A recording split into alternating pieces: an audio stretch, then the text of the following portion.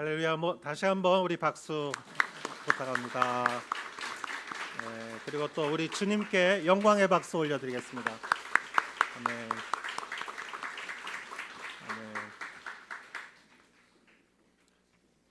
아멘. 우리 주님의 부활은 모든 어둠과 죽음과 죄로 묶인 사슬을 끊고 우리에게 생명과 자유를 선포한 날입니다. 성경에서 우리에게 전해주는 날짜의 개념은 일요일이 첫째 날입니다.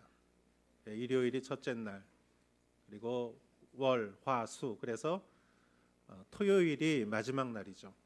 왜냐하면 창세기에 하나님께서 첫째 날에 창조를 시작하시죠. 빛이 있으라, 빛이 있었습니다. 창조의 모든 일을 6일 동안 하시고 토요일은 안식하셨죠. 그래서 일요일이 첫날이고 토요일이 마지막 날이고 안식일이죠. 하나님은 그 안식일을 거룩하게 지키라고 하셨습니다. 그래서 그 안식일은 일을 하지 말라. 왜냐하면 일을 하면은 일을 생각하지 하나님을 생각할 수 없기 때문에 그날만큼은 하나님을 생각하고 하나님을 거룩하게 하는 날로 삼으셨습니다.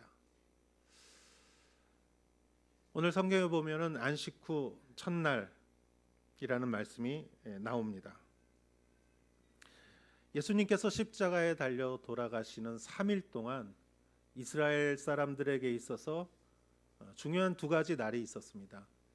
그 첫 번째는 지금 말씀드린 안식일이었고 또 한 가지는 유월절이었습니다. 유월절은 알다시피 이집트에서 그들이 나올 때 모세를 통해서 10번째 재앙을 주었고 그 재앙은 장자의 죽음이었고 이스라엘 백성들은 어린 양의 피를 문 임방과 문 설주에 바름으로 인해서 그 죽음의 그 공포에서 벗어날 수 있었죠. 그렇기 때문에 이스라엘 백성들에게는 구원이었지만 이집트 사람들에게는 심판이었고 그들에게는 이스라엘 사람들에게는 그 유월절은 자유와 해방과 그러한 하나님이 주시는 그런 예배를 드릴 수 있는 새로운 땅을 향해서 출발하는 날이기도 했습니다. 그래서 예수님이 십자가를 지시고 죽으신 그 3일 동안에 유월절과 안식일이 있었다는 것은 그 자유와 해방과 또 그 안식을 지켜야 하는 날인데, 그런데 이상하게도 오랜 시간 이스라엘 사람들은 그 유월절과 안식일의 본질을 그 사람들이 잘 중요하게 생각하지 않고 오히려 그것을 이용해서 남을 정죄하거나 자기의 주장을 정당화시키는 그러한 도구로 사용해 버렸어요. 그래서 정작 유월절과 안식일이 자유와 해방과 그 안식을 주는 날이 아니라 오히려 그들에게 무거운 짐을 지게 하는 날이었어요. 여러분 성경을 보십시오. 예수님이 가장 공격당한 날이 안식일이에요. 왜 안식일에 그런 일을 하느냐라고, 예수님이 선한 일을 하셔도 생명을 구원해도 왜 안식일에 그런 일을 하느냐고 공격을 당하셨어요. 그래서 유월절과 안식일이 오히려 그 사람을 얽매고 조이고 자유를 구속하는 그런 무거운 짐이 돼버린 거예요. 저는 그래서 예수님께서 왜 토요일 날 부활하지 않으셨을까? 안식일에 왜 부활하지 않으셨을까? 이해가 될 것 같아요. 그 무거운 유월절과 안식일에 오히려 그 무거운 짐이 다 지나고 1절 말씀에 보니까 안식일 다음 날, 오히려 하나님께서 창조를 시작하신 그 첫째 날, 빛을 만드신 그 첫째 날, 일요일, 주일, 그날 예수님은 부활을 하셨습니다. 그래서 성경 1절을 한번 읽어보도록 하겠습니다. 안식일 다음 날, 바로 그 주의 첫날 동틀 무렵에 막달라 마리아와 다른 마리아가 무덤을 보러 갔습니다. 여기에는 분명히 12제자가 무덤을 보러 갔습니다라고 적혀 있지 않습니다. 막달라 마리아와 다른 마리아. 우리는 이 성경만 읽어도 이 두 사람이 여인이라는 것을 알 수 있어요. 남자들은 어디 갔습니까? 그들은 문을 잠그고 방 안에 갇혀서 그곳에서 두려움에 떨고 문 밖에 나가지 못했지요. 왜요? 두려우니까, 무서우니까. 그러나 이 마리아와 막달라 마리아와 다른 마리아는 무덤을 보러 갔습니다. 여러분, 이 말씀은 아주 단순한 말씀이지만 그러나 그 내면에는 어떤 사정이 있었을까요? 여러분, 문을 열고 그 새벽에 아직 어둑어둑한 그날 밖으로 나갈 때 그 사람들의 마음속에 무엇이 있었을까요? 두려움이 있었을 거예요. 왜냐하면 너무나 많은 아픔들이 있었어요. 예수님이 죽으셨고 예수님이 무덤에 들어가시어서 커다란 돌로 그 무덤을 막아버렸어요. 무덤에 간다 한들 그 돌을 누가 굴릴 수가 있느냐? 이 여인 둘이서 도저히 굴릴 수 없는 돌이에요. 무거운 돌이 있습니다. 말씀드렸다시피 날은 어두웠습니다. 여인 둘이 그 새벽에 나갔다가 무슨 일을 당할지 몰라요. 또 여러분, 그 무덤에 가면은 거기 아무도 없는 게 아니에요. 로마의 그 병사들이 지키고 있는 거예요. 사람들이, 예루살렘의 모든 사람들이 예수님을 십자가에 못 박으라고 저주를 했어요. 그 사람들의 싸늘한 시선, 문 밖을 열고 나갈 때 얼마나 두려웠을까, 무서웠을까. 그러나 용기를 내서 문 밖을 나갔습니다. 저는 어제 이 설교를 준비하고 저녁 때 저희 딸이 하나의 강연을 이렇게 저에게 소개를 해줬어요. 그래서 제가 봤더니 제가 전에 책을 읽었던 그 사회학자예요. 굉장히 요즘 유명한 사람인데 브레네 브라운이라는 사람입니다. 그분은 요즘 처음에는 옛날에는 수치심이라는 책을 썼는데 지금은 무방비에 관한 이런 강연을 해요. 그래서 영어로 vulnerability, 죄송합니다, 제가 vulnerability라는 것인데 번역을 하면은 취약점, 약점이라고 이렇게 번역을 하는데 정확한 번역은 무방비예요. 방비를 하지 않는 것. 그러면서 무방비의 중요성과 무방비의 힘에 대해서 얘기를 하더라고요. 세상 사람들은 다 방비를 합니다. 눈에 보이지 않지만 다 투구를 쓰고 이 철갑옷을 입고 그리고 살아가요. 왜? 상처받기 싫어서. 너 나한테 조금만 뭐라고 하면 내가 반격할 거야. 나는 절대 상처받지 않을 거야. 여러분, 사실 우리 그렇게 살지 않습니까? 누가 뭐라고 하면은 이렇게 말해줘야지 미리 준비하잖아요. 그리고 우리는 절대 상처받지 않을 정도로 남이 이렇게 뭐라고 하면은 몇 배로 갚아주죠.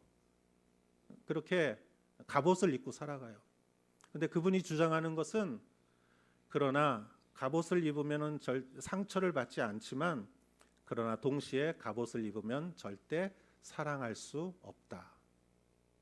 여러분, 상처받을 거, 실패할 거, 거절받을 거 각오하지 않고 사랑할 수 있습니까?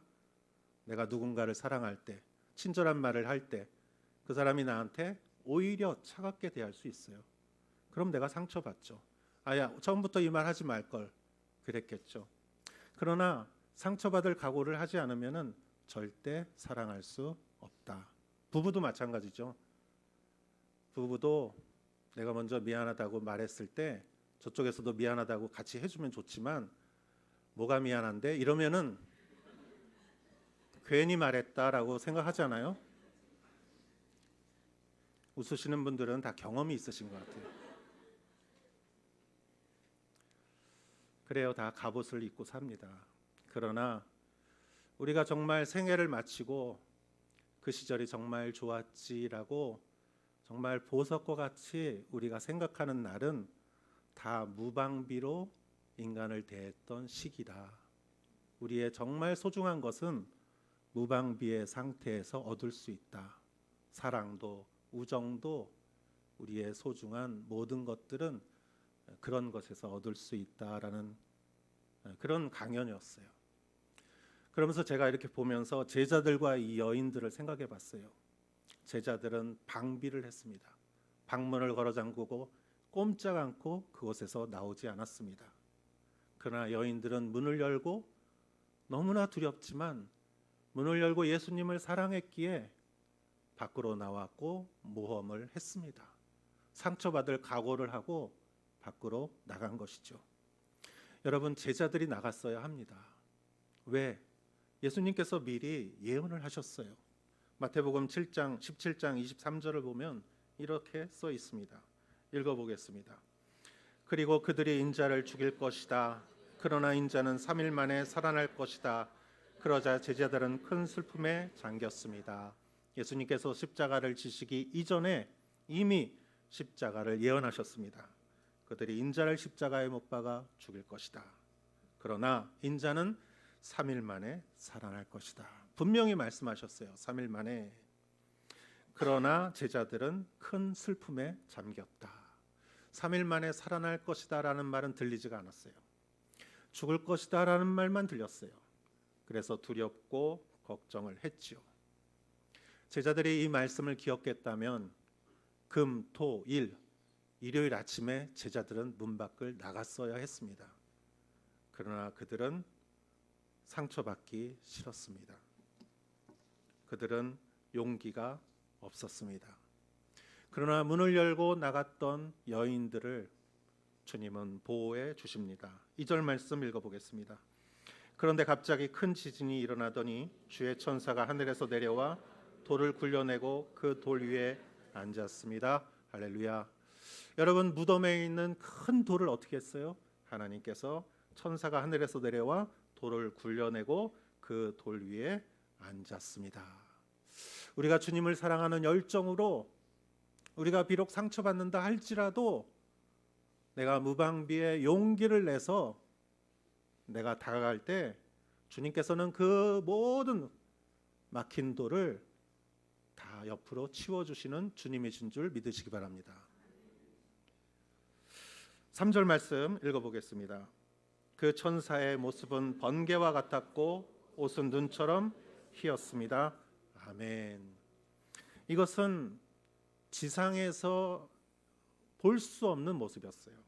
오직 천상의 모습이었어요. 그 천사의 얼굴은 번개와 같았다. 그 옷은 눈처럼 희었다. 아무리 세탁을 해도 아무리 표백제를 써도 그런 흰색을 낼 수 없는 그런 흰색이 빛이 났다는 것이죠. 여러분, 이것은 무엇입니까? 그 여인들이 두려워했던 것 중에 하나는 어둠이었어요. 어둠 속에 그 길을 가는 그 두려움 속에 그러나 하나님께서 하늘의 빛을 비춰 주셨습니다. 여러분, 우리들도 부활의 주님과 함께 동행할 때, 우리가 주님과 함께 길을 떠날 때, 우리가 주님과 함께 모험을 할 때 주님은 천상의 빛으로 여러분을 비춰주시는 주님이신 줄 믿으시기 바랍니다. 아멘. 4절 말씀 보겠습니다. 경비병들은 그 천사를 보고 두려워 떨면서 마치 죽은 사람들처럼 됐습니다. 아멘. 이것도 보십시오. 경비병들, 그들은 아마 로마의 병사들이었어요. 로마의 병사들은 그 당시 세계의 최강의 군대였어요. 그들의 위엄과 그들의 힘과 그들이 압도하는 사람들을 압도하는 그들의 어떤 모습 속에서 사람들은 다 두려워 떨었죠. 로마 병사가 어떻게 할지 그 사람들이 너무 두려웠을 거예요. 그러나 성경에 보니까 마치 죽은 사람처럼 되었다. 죽은 사람은 살아났고 산 사람은 죽은 사람처럼 된 이러한 놀라운 역전이 주님의 부활과 함께 임한 것이죠. 여러분, 두려운 사람이 있습니까? 사람이 두렵습니까? 사람이 무섭습니까? 정말 사람 만나는 것이 너무나 힘들 때가 있습니까? 부활의 주님이 여러분과 함께 하실 때 여러분에게 큰 능력을 주실 줄 믿으시기 바랍니다. 아멘. 5절 말씀 읽어보겠습니다. 그 천사가 여자들에게 말했습니다. 두려워하지 말라. 너희가 십자가에 못 박힌 예수를 찾고 있는 것을 안다. 아멘. 그 천사가 여자들에게 말했습니다. 두려워하지 말라. 왜죠? 여인들이 두려워했기 때문이죠. 너희들 안에 있는 두려움을 내가 안다. 그러나 너희가 십자가에 못 박혔던 예수를 찾고 있는 것도 안다. 내 마음 깊은 곳을 주님은 아십니다. 주님은 사람의 중심을 보십니다. 사람은 몰라도 주님은 아십니다. 나조차 내가 모르는 내 안에 있는 그 마음을 주님은 아시는 분이십니다. 왜냐하면 주님은 나를 만드신 분이시기 때문입니다. 천사의 이 말을 듣고 이 여인들은 얼마나 위로가 되었을까요? 너희가 십자가에 못 박히신 예수를 찾고 있는 것을 안다. 너희 마음을 안다. 부활하신 주님은 여러분의 마음을 아십니다. 주님은 여러분의 이름을 아시고 여러분의 생각을 아시고 여러분의 한숨을 아시고 여러분의 눈물을 아시는 주님이신 줄 믿으시기 바랍니다. 6절 말씀 읽어보겠습니다. 예수께서는 여기 계시지 않고 말씀하신 대로 살아나셨다. 여기 와서 예수께서 누워 계셨던 자리를 보라. 아멘. 예수님은 살아나셨다. 여기 누우셨던 자리를 봐라. 여기에 아무것도 없지 않느냐? 이것이 빈 무덤이지 않느냐? 그렇습니다. 예수님은 지금도 무덤에 계시지 않습니다. 모든 위대한 인간들은 다 아무리 위대한 인간도 무덤에 있습니다. 그러나 예수님은 무덤에서 살아나시고 하늘에 오르사 하나님 우편에 앉아 계시고 지금 모든 권세와 권력 위에 모든 이름 위에 뛰어난 이름으로 우리를 다스리시고 우리를 중보하시고 그리고 마지막 재림의 날 영광의 주로 다시 이 땅에 오시는 주님이심을 믿으시기 바랍니다. 다음 말씀을 읽어보겠습니다. 7절 말씀 읽어보겠습니다. 그리고 빨리 가서 그분의 제자들에게 예수께서 죽은 사람 가운데서 살아나셨고 너희보다 먼저 갈릴리로 가시니 그곳에서 너희가 예수를 보게 될 것이다라고 말하라. 자, 이것이 내가 너희에게 전하는 말이다. 아멘. 7절 말씀 제자들에게 예수님이 살아계신 것을 전하라. 너희보다 먼저 갈릴리로 가서 기다리고 계실 것이다. 그리고 거기서 예수님을 만날 것이다. 자, 그것을 말하라.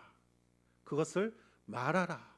내가 전하는 말이다. 천사의 그 책무는 메신저예요. 천사는 말을 전하는 사람입니다. 천사가 그 여인들에게 전할 말을 주었죠. 이것은 다른 말로 하면 사명을 준 거예요. 그 여인들은 사명을 받으러 간 게 아니에요. 그냥 예수님에 대한 사랑 때문에 용기를 내서 나갔어요. 그 어두운 새벽에 밖을 나간 거예요. 그랬더니 거기서 주님이 그 여인들에게 부활의 증인의 사명을 주셨습니다. 할렐루야. 여러분, 주님의 사명을 받은 사람의 마음은 어떨까요? 그 마음에는 불이 타오르는 것 같습니다. 여러분은 아브라함에게 주님은 사명을 주셨어요. 너는 내가 지시한 땅으로 가라. 너는 믿음의 민족을 새로 세워라. 아브라함이 어떻게 그 믿음의 세월을 그 인내를 이어갈 수 있겠습니까? 그것은 오직 하나님이 주신 그 사명, 그 비전, 그 말씀, 그의 가슴은 불타올랐을 거예요. 그는 일생 그 사명을 위해서 헌신하며 살았습니다. 여러분, 모세에게 하나님은 내 백성을 이집트에서 구원하라. 모세는 이집트의 왕자로 40년을 살았고 양치기로 40년을 살았고 그 이후에 40년 동안 갖은 고생을 했습니다. 모세의 120년은 정말 고생의 연속이었어요. 그러나 내 백성을 구원하라는 주님의 사명으로 인해서 그는 마지막 날까지 그 사명에 불타올라 고생을 고생으로 생각하지 않고 그는 하나님의 그 인도자로서 삶을 살았던 것이죠. 바울은 어떻습니까? 바울은 부활하신 주님을 만나서 그 예수 그리스도를 만나고 나서 그는 180도 그의 인생이 달라지고 그는 모든 전 세계를 다니면서 복음을 전하고 교회를 세우고 모든 성도들을 견고하게 교육시키고 그리고 그 생명이 다하도록 그 생명을 하나도 아깝지 않게 그는 그 생명을 다 했지요. 그들은 행복한 사람이었어요. 왜? 사명을 받았기 때문에. 주님을 보면 주님이 사명을 주십니다. 부활하신 주님이. 여러분, 주님을 만난 사람들은 다 사명을 갖는 거예요. 그게 어떤 종류의 사명이건 사람들이 그게 크게 보건 작게 보건 좋게 보건 어떻게 보건 주님은 우리에게 사명을 주시는 주님이십니다. 그러한 사명을 받는 여러분 되시기를 축원합니다. 8절 말씀 보겠습니다. 시작. 그러나 여인들은 서둘러 무덤을 떠났습니다. 두려우면서도 한편으로는 기쁨에 가득 차 제들에게 알리려고 뛰어갔습니다. 아멘. 예, 8절 말씀 보면 재밌습니다. 그 여인들은 서둘러 무덤을 떠났습니다. 근데 그 여인들의 마음은 어땠느냐? 두려우면서도 한편으로는 기쁨에 가득 찼다. 여러분 이런 마음을 이해하십니까? 두려운 마음이 아직도 남아 있어요. 그러나 또 마음의 반은 기쁨에 가득 찼다. 기쁨과 두려움이 공존하는 거예요. 그래서 기쁜 걸 생각하면 예수님이 안 계시고 천사와의 모습과 돌이 굴러가 있는 것과 이런 거를 생각하니까 너무너무 기대가 되고 기쁨이 있는 거예요. 그런데 두려움은 아직도 예수님을 본 게 아니에요. 그리고 우리가 좀 잘못 본 것일 수도 있어요. 내가 혹시 실수하는 것이 아닌가? 내가 너무 흥분해서 이렇게 뭐 좀 잘못된 게 아닌가? 이런 두려움이 반반이 있는 거예요. 이럴 때 대개 사람들은 어떻게 합니까? 가만히 있는 사람이 있어요. 아무것도 하지 않고 좀 더 확실해질 때까지 기다리는 사람이 있어요. 그러나 여인들은 어떻게 했습니까? 성경에 보면 뛰어갔다고 그랬어요. 마음은 기쁨도 있지만 의심도 있고 그렇지만 그들은 행동을 뛰기로 결정한 거예요. 뛰기로 결정을 했습니다. 여러분 믿음은 그런 것입니다. 믿음은 내가 믿을 것 같고 믿어질 것 같고 아니면 안 믿어질 것 같고 그래도 믿음으로 행동할 때 여러분 하나님께서 믿음을 더욱 주시는 거예요. 우리의 믿음은 믿음에서 시작돼서 믿음에 이르게 해주는 거예요. 우리의 작은 믿음의 결단에 대해서 하나님은 더 큰 믿음의 증거를 보여주시는 거예요. 그래서 믿음의 증거가 크면 클수록 그 사람의 믿음이 커지는 거예요. 여러분 예수님이 왜 처음부터 안 나타나셨을까요? 처음부터 나타나셨으면 좋았을 텐데 예수님은 그 여인들의 믿음의 행동을 기다리셨어요. 그 여인들이 뛰기 시작했을 때 예수님이 나타나셨습니다. 예수님이 나타나셔서 뛴 게 아니에요. 예수님이 그 여인들이 뛰기 시작하니까 예수님이 보인 거예요. 요단강을 건너는 이스라엘 백성들도 요단강이 갈라지니까 걷는 게 아니에요. 발을 물에 대니까 강에다가 대니까 강이 갈라진 거예요. 우리의 믿음의 행위가 우선입니다. 의심이 있어도 믿음으로 행동하십시오. 그럴 때 하나님은 믿음의 증거를 보여주시는 주님이신 줄 믿으시기 바랍니다. 예수님께서 평안하냐라고 말씀하셨습니다. 9절 말씀 읽어보겠습니다. 그때 갑자기 예수께서 여인들에게 나타나 말씀하셨습니다. 평안하냐? 그들은 예수께 다가가 예수의 발을 붙잡고 예수께 절했습니다. 아멘. 예수님께서 나타나서 그때만 나타나셨어요. 그리고 평안하냐? 이 평안하냐라는 원어는 카이레테예요. 카이레테. 카이레테라는 말은 즐거워하다, 기뻐하다, 안녕, 평안하다 이 말 뜻이에요. 예수님이 나타나셔서 뜬금없이 평안하냐? 여러분 그동안 얼마나 많은 일이 있었습니까? 예수님은 예루살렘에 입성하시어서 또 갖은 고난을 당하시고 겟세마네에서 붙잡히시고 폭력을 당하시고 십자가에 못 박히시고 무덤에 갇히시고 죽음 속에 들어갔다가 오셨어요. 그런데 예수님이 나타나셔서 너무 태연하게 잘 있었니? 평안하냐? 그러니까 너무 이상한 거예요. 그러나 예수님께서 하신 이 말씀을 들었을 때 그 풍랑을 잠잠케 하신 예수님, 그 배가 뒤집힐 것 같고 파도가 치고 바람이 부는 가운데 바람과 풍랑아 너 잠잠하라 했을 때 그 풍랑이 잔잔해졌을 때 그 광경과 똑같지 않았겠습니까? 기쁨이 있었지만 두려움이 아직도 많이 남아 있었던 그 여인들의 마음 속에 예수님이 평안하냐 했을 때 정말 모든 두려움이 다 가셨지요. 평안이 찾아왔습니다. 아무리 광풍이 불고 비바람이 불고 나무가 쓰러지고 태풍이 와도 그 예수님과 같이 있는 그 공간에서 그들이 소유했던 평안은 그 누구도 뺏을 수 없는, 세상이 줄 수 없는 평안이죠. 죽음조차도 예수님의 죽음께서 죽음에서 다시 나오신 예수님이 평안하냐라고 물었던 것은 평안이 있으라라는 말이죠. 그 평안은 누구도 뺏을 수 없는 평안이죠. 그러한 평안이 부활하신 예수님을 예배하는 여러분들 가운데 임하시기를 축원합니다. 그때 그 여인들은 너무 놀랐어요. 너무너무 감동했어요. 감격하고 무서웠던 그 문 밖을 나왔던 그 무서움을 생각해 보면은 눈앞에 있는 예수님을 보았을 때 성경이 이렇게 말합니다. 예수께 다가가 예수의 발을 붙잡고 절했다. 예수님의 발을 붙잡고 절했다는 말은 경배했다, 예배했다라는 말이에요.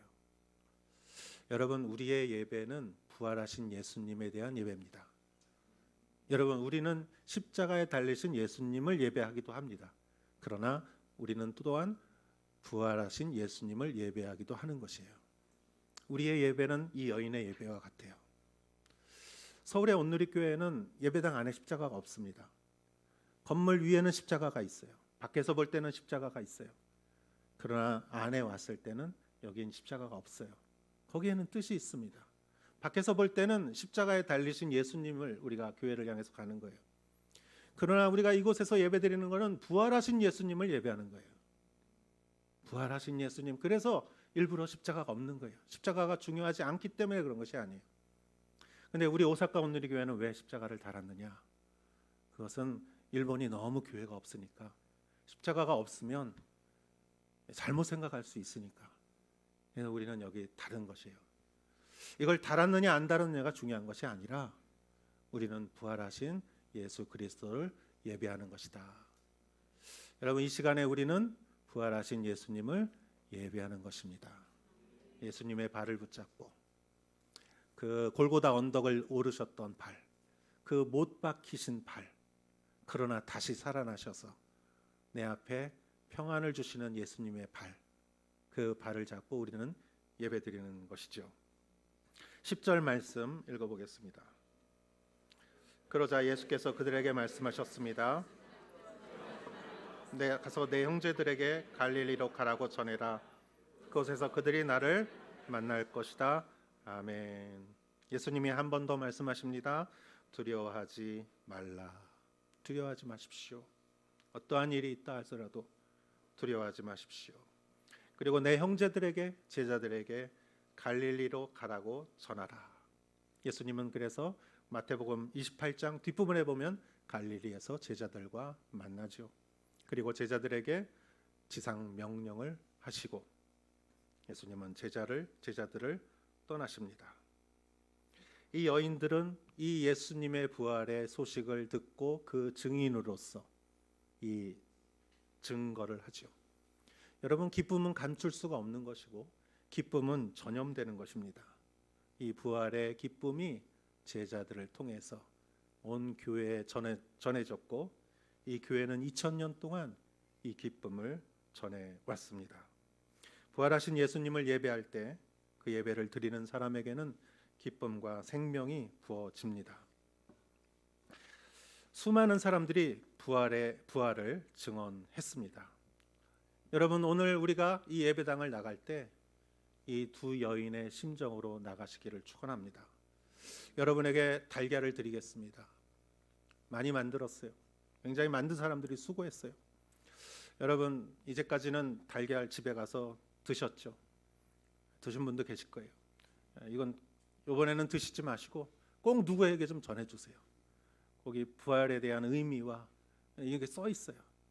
말씀해서도 좋고 한번 읽어보라고 하셔도 좋고, 여러분, 그래서 누군가에게 이 부활의 기쁨을 전하시는 여러분 되시기를 축원합니다. 죽음을 이기시고 부활하신 예수님, 우리에게서 영원한 생명이 있음을 알려주셨고 우리는 그 생명을 위하여 살아가는 사람들입니다. 어느 누구도 그 무엇도 주님이 주신 부활의 평안을 우리에게서 뺏어갈 수 없습니다. 주님 앞에 내가 무방비로 혹시 상처받는다 할지라도 용기를 내십시오. 실패해도 용기를 내십시오. 주님 안에서 여러분은 결코 패배자가 될 수 없습니다. 주님의 이름을 찬양합니다. 기도하겠습니다. 하나님 아버지, 오늘은 부활절입니다.